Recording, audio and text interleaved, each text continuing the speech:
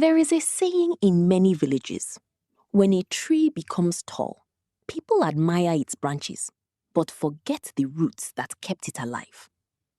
This is the story of a woman who became the roots of a man's success, only to be forgotten when the fruits began to appear. Before our story begins, tell me where you're watching from.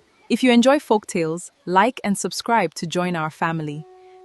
Her name was Aderonke. Aderonke was not known for talking too much.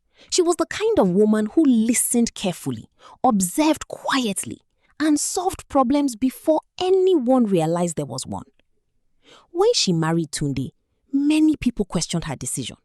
Tunde was a good man, or at least he seemed to be, but he was struggling. His small electrical supply shop barely survived from month to month. Some weeks he made enough profit to smile. Other weeks he borrowed money just to keep the doors open. Yet Aderonke believed in him. Not because he was successful, because she believed he could become successful. After their wedding, she moved into the small apartment above his shop. The roof leaked whenever it rained. The generator hardly worked. Sometimes they ate simple meals for days. But Aderonke never complained. Instead, she began helping. Every evening after closing hours, she reviewed receipts. She organized records. She calculated expenses. She noticed things Tunde never noticed. Money disappearing, unpaid debts, careless purchases, customers who took advantage of his kindness. One night she stayed awake until dawn, studying the business books. When Tunde woke up, she placed a notebook before him. "You are working hard," she said. "But hard work alone is not enough." For the next hour, she explained everything. Where money was leaking, which suppliers were overcharging, which customers should no longer receive goods on credit. Tunde listened in silence. When she finished, he looked at her with surprise. "You figured all this out?" Aderonke smiled. "Someone had to." That conversation changed everything. Within 6 months, profits increased. Within a year, the tiny shop expanded. Within 2 years, Tunde opened a second branch. People began talking. "Tunde is a genius. Tunde is destined for greatness. Tunde has the golden touch." Every compliment made Aderonke smile, not because she wanted praise, because she was happy to see her husband succeed. But success changes some people. Slowly at first, then all at once. As the business grew, Tunde changed. He attended more events, met more influential people, started spending less time at home. At first, Aderonke excused it. Business required sacrifice, or so she told herself. Then little things started happening. He stopped asking for her advice, stopped discussing business decisions, stopped sharing details of his day. The same man who once sought her opinion on everything suddenly acted as if he no longer needed it. One evening, she noticed something else. When guests praised him, he accepted all the credit. Not once did he mention her contributions. Not once. The woman who built spreadsheets by candlelight. The woman who negotiated supplier agreements. The woman who helped rescue the company from collapse. She had become invisible. Still, she remained patient. Because love is patient. Or at least, she believed it was. Then came Sade. Sade was beautiful, confident, charming. The kind of person who always seemed to attract attention. She entered Tunde's social circle through a business event. At first, Aderonke thought nothing of it.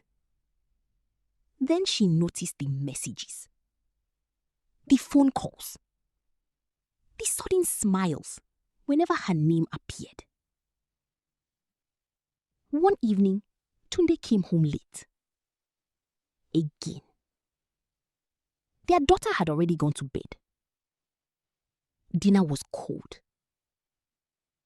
Aderonke sat quietly at the dining table. Tunde, she asked, is there something you need to tell me? For a moment, he looked uncomfortable. Then he forced a smile. No, but she knew. A woman often notices the truth before she has proof. Weeks passed. The distance between them grew. Conversations became shorter. Silence became longer.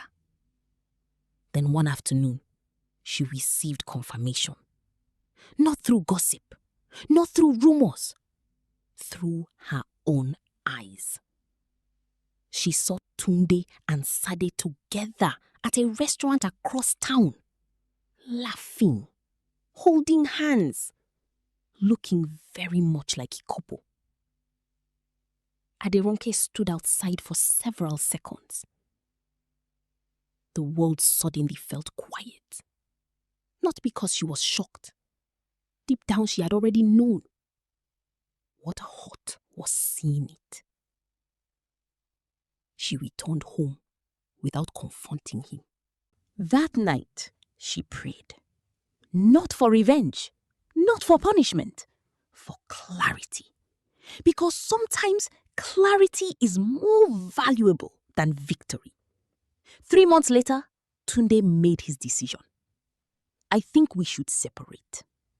The words fell heavily into the room. Their daughter was asleep. The television was off. Only the ticking wall clock could be heard.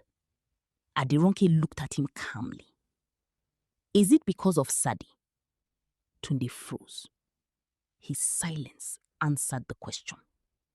For several moments, neither spoke. Finally, Aderonke nodded. If this is what you want, then go. Tunde seemed surprised. Perhaps he expected tears, arguments, begging. Instead, he found peace. A peace far more powerful than anger. Within weeks, he moved out. Many people sided with him. After all, he was wealthy, successful, influential. Few knew the real story. Even fewer cared. Life became difficult for Aderonke. She focused on raising her daughter. She found bookkeeping jobs, managed small business accounts, worked quietly, worked honestly, worked tirelessly. Months passed. Then something unexpected happened. Tunde's business began struggling. Small mistakes appeared, then larger mistakes. Supplier relationships weakened. Contracts disappeared. Debts increased. Problems multiplied. The systems Aderonke had maintained for years were gone, and nobody replaced them. Meanwhile, Aderonke's reputation was growing. Business owners appreciated her discipline and intelligence. Soon she became known as one of the most reliable financial consultants in the area. One of those clients was a respected entrepreneur named Kunle. Unlike Tunde, Kunle listened. When Aderonke offered advice, he paid attention. When she identified problems, he appreciated her effort. Most importantly, he respected her. At first, they were simply friends, professional colleagues, nothing more. But respect has a way of becoming admiration. And admiration sometimes becomes love. Years after her separation, Kunle invited her for coffee. Then another meeting. Then another. Their friendship deepened naturally. There were no games, no manipulation, no uncertainty. One afternoon, he asked a simple question. When was the last time someone took care of you? Aderonke almost laughed. She couldn't remember. For years, she had taken care of everyone else. Her husband, her child, the business, the household, everyone except herself. That question question stayed with her. Months later, Kunle proposed. Not with grand gestures, not with expensive displays, just honesty. I know you are strong, he told her, but strength does not mean you should carry everything alone. For the first time in many years, Aderonke cried. Not because she was sad, because she finally felt seen. They married the following year. It was a simple ceremony. Beautiful, peaceful, filled with genuine joy. Meanwhile, Tunde watched from a distance. His business had shrunk dramatically. The wealth he once enjoyed was fading. His relationship with Sade had ended long ago. The excitement that drew them together disappeared when challenges arrived. One afternoon, he visited Aderonke. He stood at her gate looking older than his years.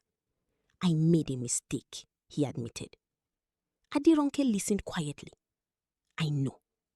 I should have appreciated you. Yes. I was foolish. Yes. Tunde lowered his head. For several moments, neither spoke. Then Aderonke smiled gently. Not with bitterness, not with triumph, with peace. The lesson is not that you lost me, she said. The lesson is that you never understood what you had. Tunde nodded slowly. Because deep down, he knew she was right. Some people spend years searching for treasure while standing on top of it. By the time they realize its value, it is gone. As Aderonke walked back into her home, she saw her daughter laughing inside with Kunle. The house felt warm, safe, whole. And in that moment, she understood something important. Being appreciated is not a luxury. It is a necessity. Because the strongest people still deserve love. The quietest sacrifices still matter. And the people who hold everything together should never be treated as if they are invisible. For years, Aderonke had been the foundation beneath someone else's success. Now she was finally building a life where she could stand in the sunlight too. And that, perhaps, was the greatest victory of all.